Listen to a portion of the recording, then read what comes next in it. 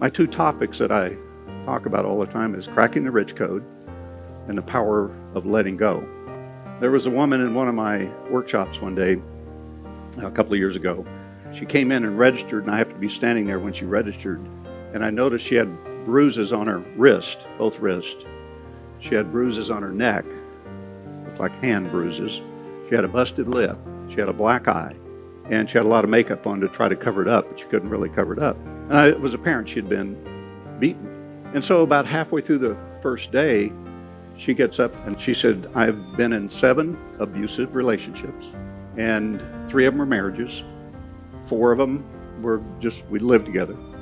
And every one of them physically abused me. And the one I'm with now does the same thing.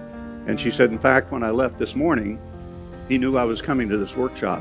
And he said, if you try to leave me, I will kill you. And she said, he meant it. And I said, well, tell me about your boyfriend. Oh, she did. And said, well, he's all controlling and this and that. And I said, well, you guys are a perfect match. Why do you want to break up? He said, well, he beats me. And I said, well, but you need to be beaten for some reason. So you're a perfect match. She said, I don't get it. I said, well, your need for approval complements his need to control.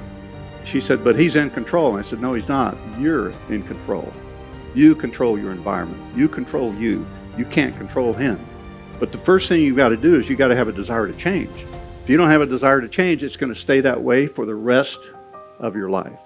So she said, well, I do. And I worked with her for about 20, 30 minutes. And she finally let go of all of that stuff. I mean, literally, it was peeled off and gone. And she said, I feel so good. She said, I'm just like buzzing inside. She said, I've never felt like this. So at the end of the day, she comes up and she said, what do I do when I go home? I said, don't do anything. Don't think about him. Just go home feeling the way you feel. So she goes home, walks in the house. She said usually is in his recliner drinking beer. And oftentimes he'll say, get me another beer. But he wasn't there. She said, I went in the kitchen thinking he's probably getting his own beer. He wasn't there. She said, I figured he'd already been drinking. He's passed out on the bed. So I went in the bedroom. He's not there. She said, suddenly everything felt different. And she said, I ran to the closet and opened the doors, and all of his stuff was gone.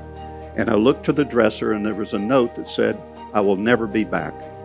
Now, you think we're not connected? All of us are.